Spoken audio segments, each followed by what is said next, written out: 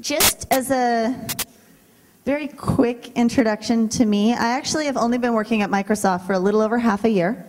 I joined their group as a narrative producer, which basically means I do the stories behind a lot of their upcoming franchises.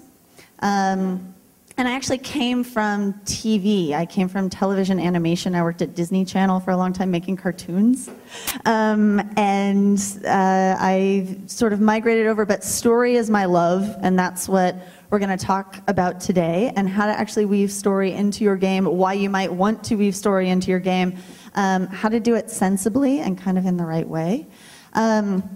Because since none of you guys are making AAA games like these, that's the thing is, I think so many times people have thought in the games industry that if you're going to make a rich story, it's got to be when you have a large game that's going to have a big franchise. Yesterday a lot was talked about transmedia, if people are going to maybe make a TV show out of something or a book, and not everybody is going to do that with your tablet game. But that doesn't mean that there aren't really good reasons to put a lot of story in, and especially the way that the business is changing. The more that you can put in terms of character and story, you're actually going to find there's a lot of great reasons to connect. It doesn't matter what size your game is, a story woven into it in the right way is going to help connect with your audience. And let's be honest, even in AAA games, not a lot of people put a lot of emphasis on story in video games. A lot is tended towards art, it's tended toward gameplay, and those are awesome things, you can't ignore them.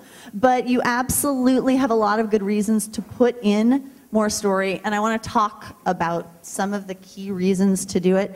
One of the big things, and this is a lot of times for independent publishers, independent producers, and developers, is your story is really ownable in a way that a lot of times your game mechanic isn't. You actually might own the code for something, but somebody else can make slightly different code to make your guy jump the same way that your guy jumps, and there's nothing you can do about it. But your story is something that you can really own, and you can broaden that, and you can turn that into something bigger, and it separates what it is that you're doing. It really helps to differentiate your game. There's a lot of games out there. Look, does every game need story? No, right? But people, like, I play a lot of Words with Friends, and I was talking with some people about this the other day. Like, I love Words with Friends. I love games like that. But both in terms of these kind of things, Words with Friends, the actual mechanic isn't really ownable because somebody else made it first. It's called Scrabble, right? So we all, like, it existed beforehand. There can be 20 people who make an app where you basically are playing some version of Scrabble with your friends. And it's all about, did you get the right name out there to connect with people first? And if not, those other 19 aren't making a dent in the marketplace. Because there's nothing about it that differentiates them. There's nothing about it that's really ownable. And am I saying that you should make Scrabble into a story? No. Like, the Q and the R, they're best friends. And they need to be, like, there's no reason to make a story into that. But when you actually make a game that goes beyond that, then you start to find that you're making a connection with people in a way that goes just beyond the basic mechanic. Definitely, story is one of those things that people talk about the most when they're playing a game. So when they're going to go and talk about it with friends, they're going to post something online, they're going to do that kind of thing that gets the PR, the public relations, that gets the marketing out there and makes somebody else do that work for you. That comes many times from the story and the characters that exist. And we did talk about this a lot yesterday, and I'm sure you're going to hear a lot more about it today and even tomorrow, is when you are an independent producer of games and you're putting something out there, having it be discoverable, having people talk about it, is probably the biggest challenge you're going to face. And so if you give them something that they can talk about that makes it different, something they're excited about, that really helps. It's also relatively inexpensive. Now, am I saying that everybody can just freely write a story? No, be honest, play to your strengths. If you're not the best story writer, if you don't create the best story in the best worlds, find somebody who can, pay them some money or trade them for some other thing that you're doing. You know, have somebody on your team, find that person who can do it best. But compared to the dev time it takes to make your proper mechanic compared to the time it takes to develop all the art, actually sitting down and planning out a good story really doesn't cost that much. So take the time to do it. And this is a key one because games are changing. It used to be that you'd put out a game and then you'd start working on the next title. We don't really do that anymore. You come up with a game and what you hope happens is that for the next 3 years you continue to have downloadable content and sequels to it, even if it's now a small tablet game. That used to be the thing of Halo, Halo 2, Halo 3, Halo 4. Okay, now Angry Birds is doing it. You know, now all sorts of, there's downloadable content for every size of game, and there are sequels to every size of game. And you want to capitalize and make reasons for people to come back. Sure, you might have great gameplay, but after a while, if that same mechanic can get tired. So you need to give them a reason to come back for the next thing and the thing after that. All right, so these are just some key reasons that you might want to consider it. If I haven't convinced you by now, well, you can stop listening, you can leave, I don't know. But I think by and large, this is, you know, it's something that I'd really like to encourage, and we'll dive into it a little bit. Because here are the buts. Okay, you need the right story. You can't just shove any story in for any kind of medium, okay? It's not like, oh, well, if you're making a nice, simple tablet game like, you know, or you're making something like Angry Birds, that's great. I mean, you know, look, there's people who, did they think they were going to have that kind of success? Did they think that they were going to have movie studios pounding on their door and saying, oh, let's make this movie? And then they thought, oh, well, what does the red one do that's different from the black one? Like, I don't know. Do they not like each other? Does one of the birds in love with one of the pigs? I don't know, but maybe. Like, there's some really great stuff there, right? But you also don't want to turn that into, you know, some dramatic tragedy that has deep backstory and all sorts of, you know, levels of, I don't know, sorcery. And like, you just want to make sure that it's the right story for the right game. And it has to have the proper elements, and we'll talk about that a little bit more. And you may need various media to tell it. And all of a sudden you go, wait, no, I just make games. Okay, no one, if you are a game company or you are putting something out now, you cannot just make games anymore. And that's just the reality of it. Either you have to find somebody, there were all those people up here yesterday who are various publishers of different sizes who work with different folks, but a game cannot exist without the right marketing, without the right, you know, salesmanship, without the right writing, without the right, there's so many different things. You need to be a business planner and a marketer and a game maker and all those kind of things. So everyone should have a Facebook page for their game. Everyone should have a web page for their game. Everyone can come up with creative ways to have extensions that don't entail you making a TV series. Okay, you don't have to make something huge, but you might be able to tell more about your story in a journal that's extra downloadable content that people might even pay you for in your game. Okay, or maybe it'll exist on your Facebook page, maybe it'll exist somewhere else. But you need to be thinking about how can you put your title out there in as many ways as is feasible so that people can find it in as many ways as possible. So you might have a story that therefore extends beyond your game, but people who are into story will go looking for it. And that's exciting. Like, they will start, and if they happen to discover it some other way and come to your game, awesome. Now, here's the rub, is it's hard to tell a story in video games. Okay, we've all, like, you've probably all tried it on some level. I've been doing it now for quite a while. Even back when I was at Disney, I was working on a bunch of video games related to the cartoons I was working on. And it's hard to get story out there. Because at the end of the day, people want to play a game. Okay, it's not nearly as good as if you were watching a TV show or a movie or reading a book. Those are all about delivering a story. Okay, whereas a game, you want to have fun. You want to play with the mechanic. You want to do stuff that's gamey. Right? And you don't want to stop and read a journal for 8 pages to figure out somebody's backstory. Like, that's the last thing that you want to do. So, how is it sort of more appropriate? Here are the big mistakes I think people tend to make when they're actually trying to put story into a game. A, story is not backstory. It's not all the things that happened to the person before they came into your game. And I think that is quite possibly, well, sort of all these come together. These right here are the biggest mistakes people make, and I really consider it like the Lord of the Rings factor. Because there's people who make games tend to be fans of stories like that. Okay, Tolkien had 3 huge books and then made a prequel of The Hobbit to like get it all out there, right? And yes, there were 800 and some odd characters, and their relationships to one another were super well defined, and there were all these things that went into the mythology of the world. That cannot come out in your tablet game. Okay, so don't sit there and make a family tree that goes back 12 generations to try and explain how these 2 people wound up at the same place as mortal enemies. Okay, because that will not come out in your game. And complicated twists and turns don't need to be there to make a really good basic story. Okay, story doesn't have to have lots and lots of twists and turns. Okay, some really great ones do. Ones on games usually don't. Good ones, at least.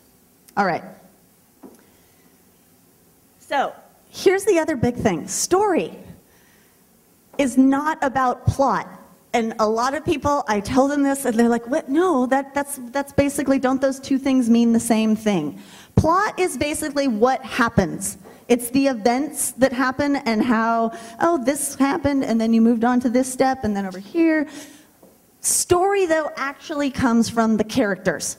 Okay, it's all about the ways that the characters relate to one another, they relate to the world, it's the way that the characters might have strengths and weaknesses and how those get in their way, what their challenges are. It's all about the way the plot affects the characters. That's where your story really is. And I think a lot of people therefore make the mistake because they make too much related to backstory, they make too much related to all those family trees and everything, and they stop thinking about, okay, but who is the character at the center of this story and why do I care?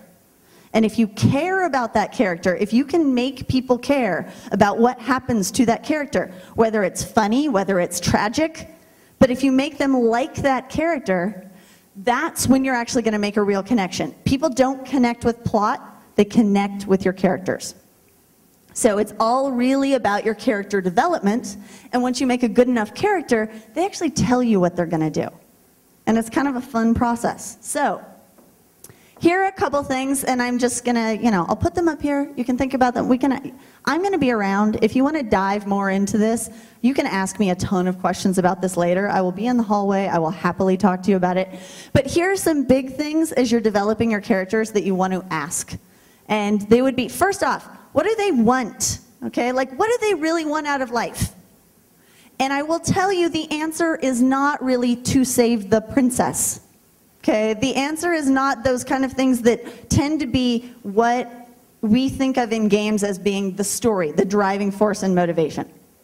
Okay, it tends to be something aside from that. Because maybe today they have to save the princess, but why? Like, what do they do? Like, what is it that puts them in the position of needing to save the princess? Are they related to the princess? Are they in love with the princess? Okay, do they have a job because they need to feed their family, and that job requires them to protect the princess, and they messed up? There's a reward out for the princess, and they need that money because someone is going to kill them because they have a gambling debt that they can't repay. Okay, there's all sorts of reasons that a person might need to save the princess, but what they want out of life is never to save the princess. Make sense? So it's about going that extra step further and sort of figuring out, well, who is this character? Now you might be saying, but look, there's some really great games out there where they needed to save the princess, and I was fine with that, right? Okay, so why do we care? Because the world has changed a lot. Okay, we don't just climb ladders and jump over barrels anymore. And if we make this game, while it's awesome and I still have fun playing Donkey Kong, I will, it's not going to stand out today. That's been done too many times, and it's not going to separate it. And how many games, if you really thought about it, and I challenged this group to come up with 10 video games where you had to save the princess, we could do it pretty quickly. Okay, that whole idea is just, it's overplayed. So think about, if your game is about saving the princess, well, have fun with that. Or have the princess saved the prince. Come on, like, you know, she can do it. So, you know, play around with what those tropes are, but really ask yourself why. Make sure you think about what challenges they face, and a lot of times the best challenges come from inside them, some weakness that they have about themselves that keeps them from being able to get there. And the big thing, again, sort of coming back to the story elements, is how do they interact with their world, okay? And the interpersonal friendship relationships around them. All right. Now, I actually want to show you a game that we actually just came out with at Microsoft. This is, in order to play it, you need to have Windows 8 in some way, shape, or form, because it came out on the Surface tablets and the Win 8 tablets recently. Has anyone here played Adera? It's okay if you haven't, because Windows 8 isn't out there in tremendous amounts yet. But it's actually really popular in Brazil. Like, we have actually, on our Facebook page, our second highest number of fans come from Brazil. And we have like really great numbers coming out of Brazil. It's really exciting. So, but even if you download Windows 8 on your desktop, laptop, whatever, you can also play this, but it's meant to generally be a tablet game. And I want to talk about it because it has a really interesting, it's an interesting business model. It's something new that we're playing around with and trying out and I think having some success with. So basically, let me start off. I will start off by showing you, if I can make this work, a quick clip. And sorry, this one's in English. I'm going to show you some of the game later, which is in Portuguese. Oh no, sorry. Oh, whoa, no, no, no. Take a look. This arrived yesterday. It seems to be from your grandfather, Amaro. How can that be? You said he died. I don't get how he's back from the dead. It's kind of creepy. Hey, do you see that?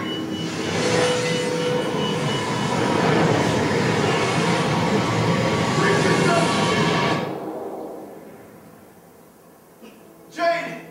Where are you?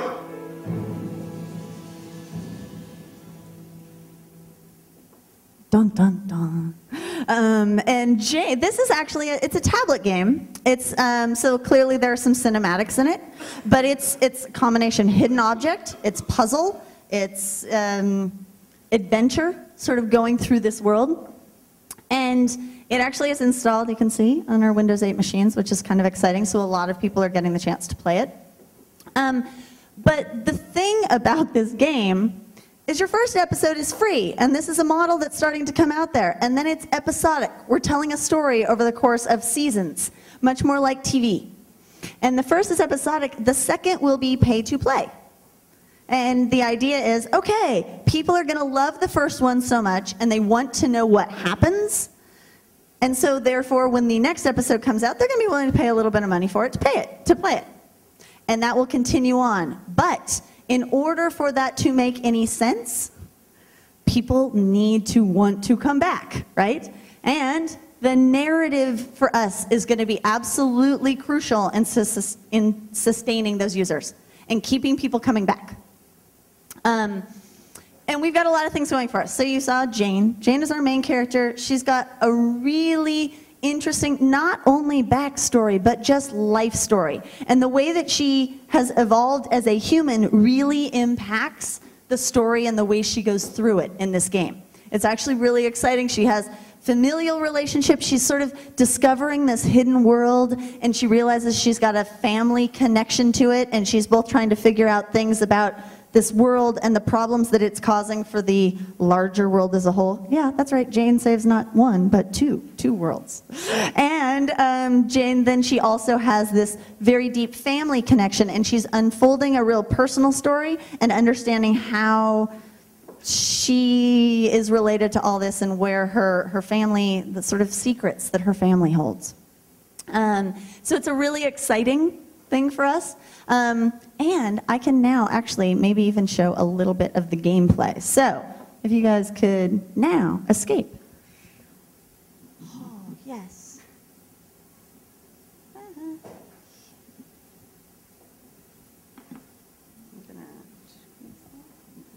We can continue without Xbox.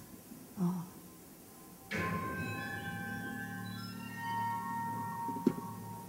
So at this point in the game, we've been in it only for about 10 minutes or so. You've sort of gone around, figured out, you've found some various things, and you've got your friend, the guy who was winking at you in the helicopter. That's Hawk.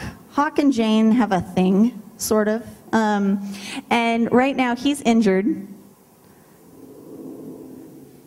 Yes. Uau! Tudo está girando. Você teria pouco d'água? And he's asking for water. At which point you, if you're like my guy friends, go, hey, let's try the knife. No, let's try that again, because that's funny. Maybe the crowbar.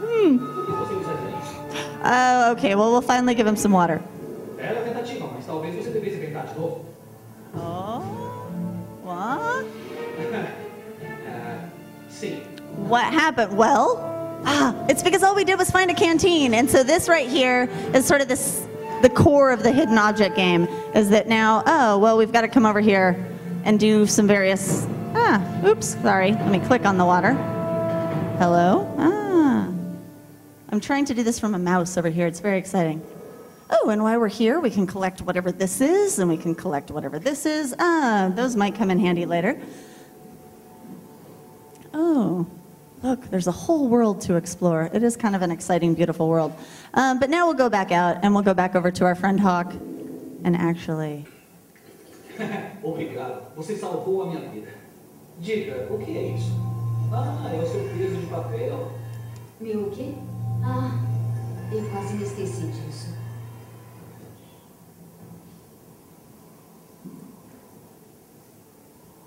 Dê uma olhada. Isto chegou ontem. Esses hieróglifos parecem da Mesoamérica Antiga. Este pássaro pode simbolizar. Este brasão pertence à família de sua mãe. Ele parece ser do seu avô amado. Como isso pode ter acontecido? Você me disse que ele morreu. Eu consigo ler somente uma parte disso. Você consegue decifrar? Deixa eu olhar no meu códice. Estou reconhecendo uma parte disso. And then you can get into more gameplay and start to do more of this kind of thing. But that sort of gives you maybe a little more context. Okay, guys, we can get out of game. That gives you a little more context to how we weave the story into the gameplay. Oh, and what did I do with my clicker? Here we go. No.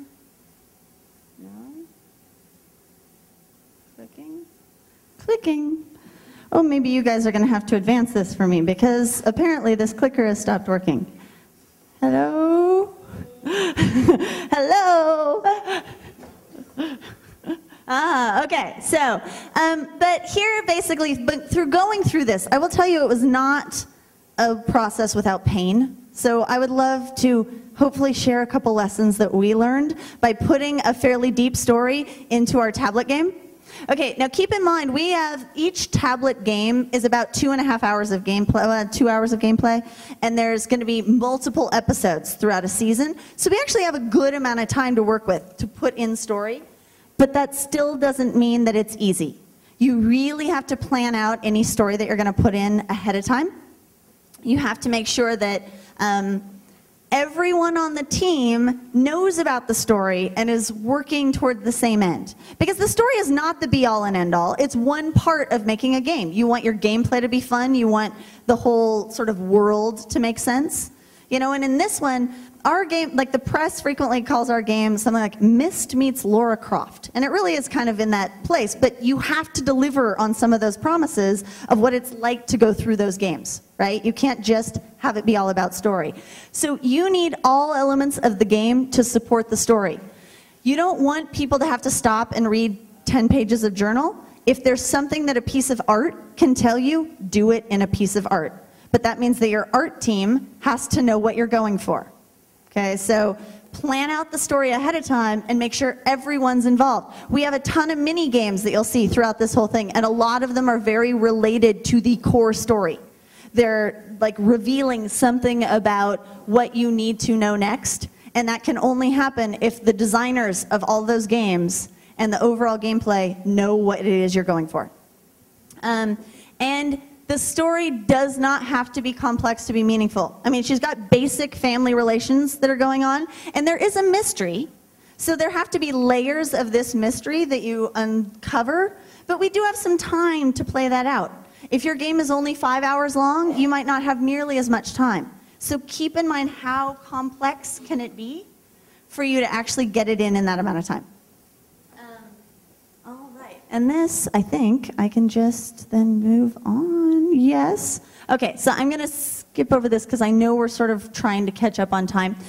For those of you who want to ask me questions, a couple ways are great. I'm going to be here for the next 2 days. I will, we'll ask some questions right now if you have any. But if you want to ask me more specific things, you can by all means, catch me in the hallway, do anything, or you can grab me on Twitter, and if you reach out to me and message me, we can exchange info and do that. That's probably the best way.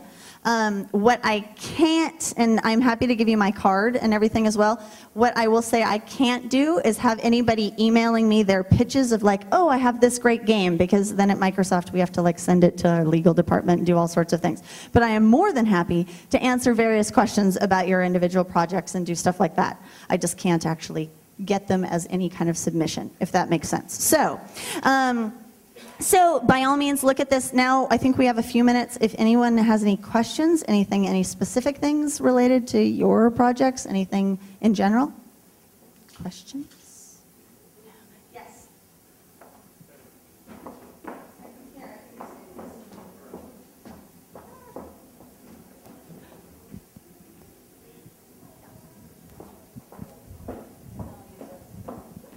Yeah. All right. But how about actually sending an idea? Sending is not the word, but to pitch an idea or something like this. You said about the story itself. What kind of elements do actually come in handy when you do it? But how about telling a little bit more about the way you actually create the narrative, or how do you enter in this industry to create the narrative itself? Okay, so it sounded like two questions. One, if you're just working on any project, where do you come up with the narrative, or how are you creating the narrative? And then the other is, if you want to be a person in the games industry who focuses on story. Those are two different questions. I will answer them both. The first one, look, everybody knows everyone has their own creative process when coming up with games. Sometimes game starts because you or some person in your company came up with a great gameplay mechanic, and you're like, we have to build something around this because it's awesome. This allows me to transport myself through walls, so we need a game that shows how we can do that, and then you build a game around that. And sometimes it starts because there's a story, and you've got a character in mind or a setting in mind, and you start to build up a world that way, and you figure out what the gameplay is behind it. Sometimes, of course, it starts with a great piece of art, and I have a character design, and I want to make something happen. So I'm not saying you have to start with story, because that's absolutely not realistic and not the way that the games world works. Sometimes it does, sometimes it doesn't. But when you start thinking about what your story would be, if, say, it started with a piece of art, or it started with a gameplay mechanic, or it started with a pitch request that you got from a company, you want to make sure that the story and the characters you choose and everything are well chosen to go for that particular thing. Like this, for instance, because this is a hidden object puzzle tablet adventure game, what's great about this game is it's doing amazingly well right now with men. And men, even core gamers, are doing really well on it, in large part for a few reasons. One, because it's a Windows 8 title, and most people who have Windows 8 right now, because it hasn't been out very long, are early adopters of technology, and those people tend to be men who are about 25 to 40 years old. And it also is a game, because it's all connected to the new Xbox Live thing, it's got achievements. And there are some people who will do anything for 300 achievement points, let's be honest. So but it's getting great reviews from that group of people. But at its core, usually that mechanic is seen, like hidden object games or other things tend to be seen as like a a women's type of game, which is great because we need more games for women out there. But this is a game that really encompasses all of it, but we chose to have a female character at the center of it for that reason. We chose to make it kind of a personal story for that reason, but it's a story that's not exclusive of anything, and the way that the adventure plays out means that both men and women are going to find a lot of really interesting things about it, and so those are some of the things that you keep in mind. Like, who do you want your audience to be? What kind of medium is it? What type of people are playing that? Now, if you want to write in the games industry, that's a different question, and something that is, you need to just be writing stuff. Like, you need to become the best writer you can be because it is competitive. It's competitive to be writing in the games industry, especially, like, I know in the United States. Here I'm not quite as familiar with it, but I have to imagine from some of the conversations I've had the last couple days that being a writer in the games industry here is also, being anything in the games industry can be competitive. So be the best that you can be, and that means write stuff. It doesn't mean you have to write a game. It means maybe you're writing a lot of short stories. Maybe you're writing comics. Maybe you're writing a whole bunch of things that appeal to you, but show that you know how to develop great characters and how to play out those characters in ways that are true to them through interesting stories. And you can develop that in a lot of different ways. We have people on our narrative design team. I would say, like, we have 6 full-time narrative designers in my group. 2 of them came from television. 2 of them had written novels before. One of them came up through the games industry, started as a tester, and sort of worked their way up over the years and did various things and used to write manuals, and all of a sudden they gave him a chance to write the scripts for games. There's a lot of different ways to be there, but I'd say the 2 biggest things are write anything and make it as good as you can. Revise, revise, revise. First drafts are not good, to paraphrase Hemingway. He said it more harshly. And then be around the games industry. Like, you're going to get the opportunity to have jobs in games if you're doing stuff near games. You know, if you're early on, if you're a student and you're looking for that break, you know, intern, volunteer, bring people coffee, and all of a sudden they'll start to see, if you bring them the best cup of coffee ever, they will give you the chance to do something more difficult. They will start to give you responsibility because you've proven that you can bring a really good cup of coffee. And I know that sounds silly, but you gain their trust, and they're going to be like, oh, that person over there, I know that they've been wanting to do this. Now we'll have him make copies. Ooh, you make the best copies ever, and pretty soon they're going to ask your opinion on a story idea. So just get into it and be around it, and the more you do of that, the more it's going to come. Okay, anyway, that was a long answer. We have 5 minutes left, so that could be any, like 1, 2, any other questions? Yeah? Uh-oh.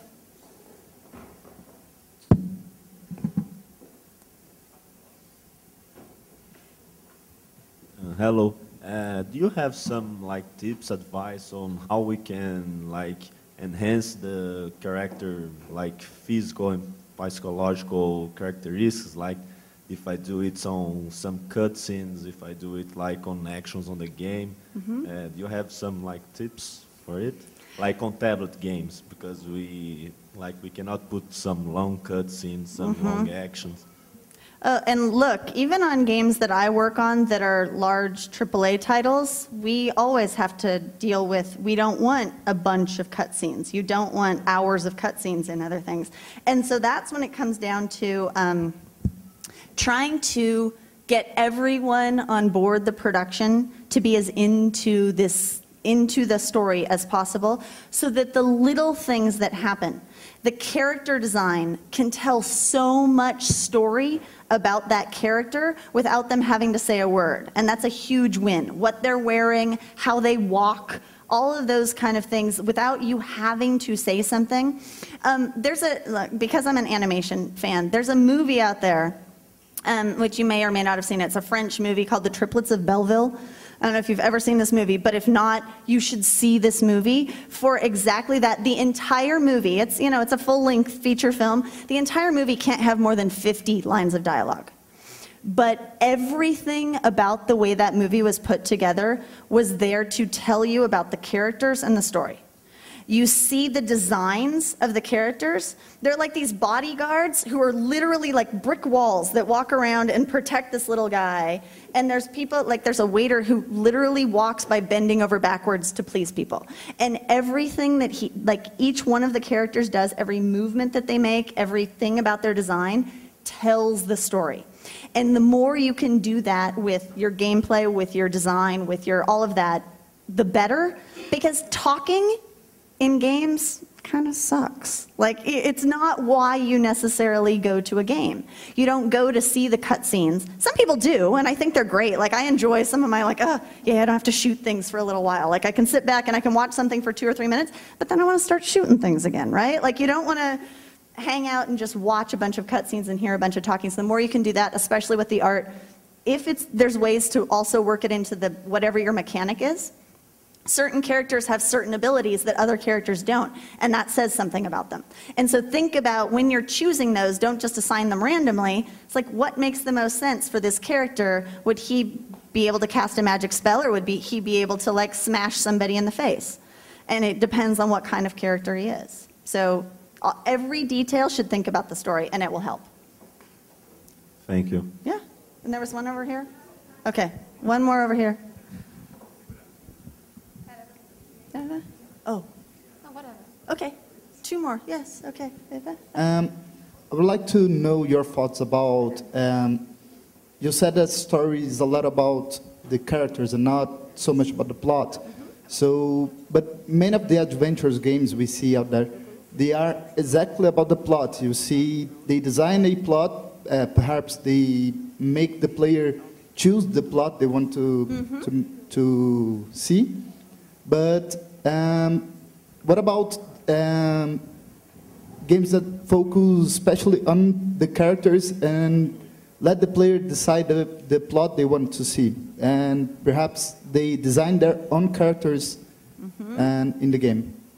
Absolutely great question, and that's something that, of course, as game designers, we're always aware of, is sort of that balance between how much does your main character have all the thoughts for themselves, and how much do you play into the idea that you, in some way, are that character? And what I would say, there's always going to be a balance in the fact that you never, well, at least I never go into a game thinking, I want to be me in this game. Like, that's never the point. I don't want to play Leah. Like, I can't smash someone in the head, like, and have it have any impact whatsoever. I can't fly. I can't, I can't do the things that you go to games to do. And so you still need to craft that character around the avatar that still has enough intrigue. And yeah, there are a lot of games where you get to choose where you're going, but you're still, in every one of those games, when it's done really well, you're putting things out into the world that show consequences for your choices. So it's, if you are going to choose to go for point A or point B, something will happen that is revealed because you chose going one way, if this is done well. Like, I think Mass Effect did a fairly good job with it for at least, for a while, of having you say, oh, well, if I go to this planet first, as opposed to that planet, and I get this thing, then that other piece of it goes away. And as you start to realize that there are truly consequences for those choices that you're making, you then start to create the character that's around there and saying, well, who is this person? Like, who do I value on my team?